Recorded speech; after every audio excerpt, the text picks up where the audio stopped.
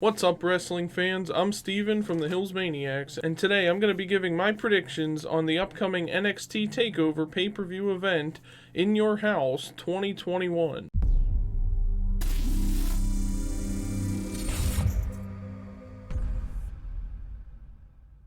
The first match I'm going to talk about is Mercedes Martinez versus Xia Li. I know they've been sort of building Xia Li as this new sort of she has some kind of weird force similar to what the Fiend is in WWE in the Tian Sha group, which I'm not really sure exactly what's going on with that. I haven't been following that storyline too much, but I think in this case, I think Xia Li is probably going to win. As much as Mercedes Martinez seems to be getting kind of a push too, like she just had a women's title match recently against Raquel Gonzalez, but I think in this for this match in particular, I feel like the story they're going with is Xia Li will win because of this new power that she has and everything else. She's like a new horror character almost, along with whoever that leader is of their group. And then she'll probably go on to maybe a women's title match or something along those lines. I think what they want to go with is Xia Li is going to be this unstoppable force. And I think even beating somebody like Mercedes Martinez will really go a long way in showing that story and getting more people invested in Xia Li. I'm not really a huge fan of it right now. I just haven't been paying much attention to that story. I focus more on the titles and everything else at the moment. Until these characters are intertwined with that, I don't really pay that much attention to it. But I know a lot of people are intrigued by Xia Li and everything that's going on there with the Tian Sha group. So I think Xia Li is going to win and beat Mercedes Martinez. And whatever she moves on to next, or whatever opponent she moves on to, I feel like in the near future she will be getting a shot at the women's title. The second match I'm going to be talking about today is Raquel Gonzalez versus Ember Moon. It's for the NXT Women's Championship. Raquel is the current champion, obviously. She's defending against Ember Moon. I feel like this is more of a sort of throwaway match almost. Nothing against Ember Moon, but the story they're going with is that Raquel and Dakota Kai injured Ember's tag team partner, Shotzi Blackheart, which I guess technically did happen. Shotzi is out with a real injury. They fought in a tag team match a few weeks ago on NXT. So that's the reasoning behind Ember Moon getting this shot at the title, I guess. But I feel like Raquel is going to retain here because right now Ember Moon is more just in the women's tag team division. I don't see her winning the title anytime soon, really. They're probably going to win the tag team titles again, honestly. But maybe somewhere down the line it would be nice to see Ember win the title once more. I just don't think that it's going to happen, especially not against Raquel Gonzalez right now. I feel like Raquel is going to be going on and eventually feuding with Dakota Kai. So I feel like they're going to keep her as champion for as long as they can until that feud begins, where maybe Dakota will cost her the title or something along those lines. But until then, I think Raquel is going to remain champion. So whenever that is, whether it's at the next Takeover pay-per-view or whatever, I don't see Raquel losing the title until they decide to go with the Dakota and Raquel rivalry. Now, this is going to be the fun match that I think everyone's really excited for. It's for the $1 Million Championship, which was brought back this past Wednesday on NXT. It's LA Knight versus Cameron Grimes, and obviously with Ted DiBiase watching from the sidelines, basically. I guess they're kind of fighting over they're sort of fighting for his affections, or to get him to be their manager, basically. And now if one of them wins the $1 Million title, I feel like he will be their manager. And based on everything that's been happening and the way LA Knight is and the way Cameron Grimes is and everything else, I feel like this is going to be a fun match. But I feel like LA Knight is actually going to win this. I feel like something's going to happen. He's going to cheat in some way, because I'm pretty sure he's supposed to be the heel in this whole situation. Whereas Cameron Grimes was a heel for a while, but now that he's sort of aligned with Ted DiBiase and started this whole thing, I think they threw LA Knight in there to be the foil to his plans to capture the $1 Million title and capture the attention of Ted DiBiase.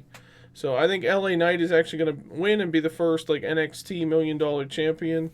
I never really, I didn't watch wrestling back when he actually had the $1 million title the first time. But I feel like NXT would make it a kind of prestigious championship. I feel like when they brought it back, they should have actually put like the N, X, and T in the middle, like along with the dollar signs that are there. But I mean, it can always be tweaked in the future, I guess. But right now, I feel like LA Knight will be the inaugural champion for NXT and join the likes of, I think, Stone Cold Steve Austin and Ted DiBiase had it in the past. I'm not really sure who the other champions were, but at least it's a title for some. It's another title for people to fight for when they don't have anything else to do. I don't know if it's actually going to be like an actual championship or it's just going to be like it's kind of like a prop, but it is defended every once in a while or something along those lines. It's not going to be anywhere near like the North American title or the NXT title or anything like that, but I feel like it could be a fun like gimmick title for people to fight for. Like it's always you win this, you get $1 million, and you get Ted DiBiase as your manager or something like that. But LA Knight, I feel like would be the perfect fit for that. I think just because of the way he speaks and he's all cocky and he thinks so highly of himself, and then he's going to cheat to win. Granted, it is a ladder match, but anything can happen in a ladder match. We've seen that in the past, so a lot of stuff is going to go down in this match.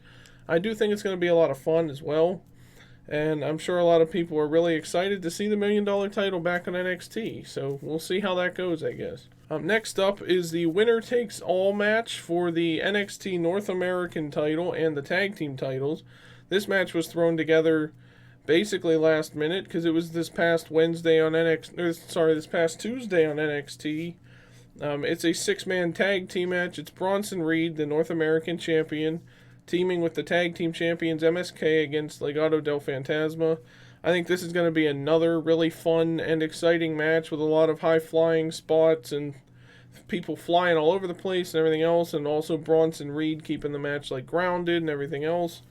But I do think Bronson and MSK are going to retain the titles just because they all technically just very recently won the titles, especially Bronson. He won it, I don't know, I'd say maybe 3 or 4 weeks ago on NXT TV off of Johnny Gargano in a steel cage match. So I feel like the recency of just having won these titles, and even MSK won them at the last Takeover event. I feel like they're all going to retain for maybe a couple more pay-per-views and then they'll lose them. I'm not really sure where exactly they go from here, or what feuds they go to next. There's a lot of tag teams in NXT for MSK to fight. I don't know who I want to see challenge Bronson Reed next for the North American title, but I don't think Legado del Fantasma is going to win this just yet, although I would like to see Santos Escobar as North American champion sometime in the future. And I also think it's interesting how he's climbing up the ranks sort of too, because he was just cruiserweight champion. Then if he does capture the North American title at some point, and then finally he'll go and win the actual NXT World Heavyweight Championship as well. I feel like it's an interesting ascension if that's what they end up doing with him and his character. And even his team, winning the tag team title and stuff, they could be the next Undisputed Era if they play their cards right and they actually tell a good story with Legado del Fantasma. But we'll have to wait and see. And finally, the last match what will be essentially the main event of the show. I really hope it is, because this is going to be a wild, very wild match. It's Karrion Kross defending the title basically against everybody in a fatal 5-way match against Pete Dunne, Johnny Gargano, Kyle O'Reilly, and Adam Cole. This match came about when all these people started coming out and claiming that they should be next for Karrion Kross's title. Kyle O'Reilly came out and said he wants a shot at the title. Johnny and Pete came out, and then they had a triple threat match, which was interrupted by Adam Cole.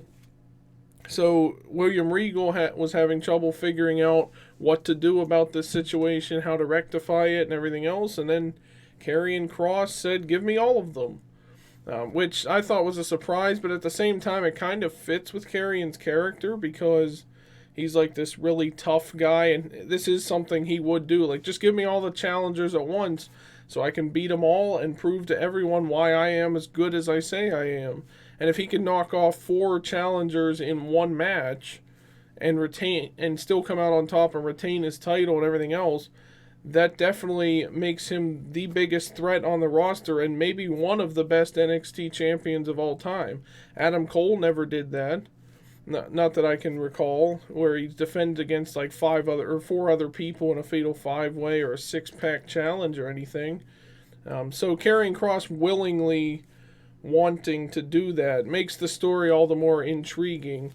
And I do think Karrion Kross is actually going to retain the title here.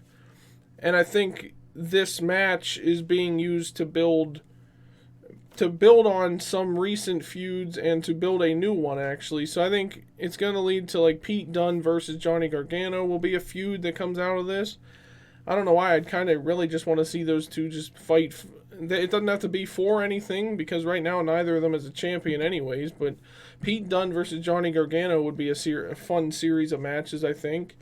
And then, of course, Kyle O'Reilly and Adam Cole continuing their rivalry. I really like the story they've been telling with that rivalry as well because, you know, they're former friends. They were in the Undisputed Era and everything else. And now they're like in a blood feud. And so far, Kyle O'Reilly has beaten Adam Cole once. I feel like this is going to be one of those like 50-50 rivalries. But I feel like it'll continue from this. Like something will happen where like Adam's about to win or Kyle's about to win and the other one comes in and breaks it up or whatever. And then they'll play it off on TV over the next couple weeks to lead into these other rivalries. But where does that leave Karrion Kross? Well, I personally want to see him go off and face Dexter Lumis. Just because that would be kind of funny to see them just stare at each other for 5 minutes or something. Because you know how Dexter Lumis is. He's that character. He's kind of creepy and he just kind of stands there. He was in that one battle royal a few months back, and he just kind of stood there, and nobody would approach him or anything like that. And they're both kind of, you know, these kind of creepy characters that are sort of unbeatable. Like even Dexter Lumis sometimes feels like, I feel like he can be like a dominant force to, you know, combat Karrion Kross's own dominance. And I think it would be a really fun match to see that as well. So that could be a rivalry that's formed out of this as well. Like Karrion Kross's next challenger is Dexter Lumis. But I don't know where exactly he goes from here. But like I said, those other two will probably become feuds out of this and continue the Kyle O'Reilly and Adam Cole feud as well. So there you go, guys. Those were my predictions for NXT TakeOver in Your House 2021. Let me know what you guys think down in the comments section. And be sure to like this video and subscribe for more. We talk about TV shows and wrestling every Friday right here on our channel, so check that out, and we'll see you in the next one, guys. Thank you for watching. Subscribe.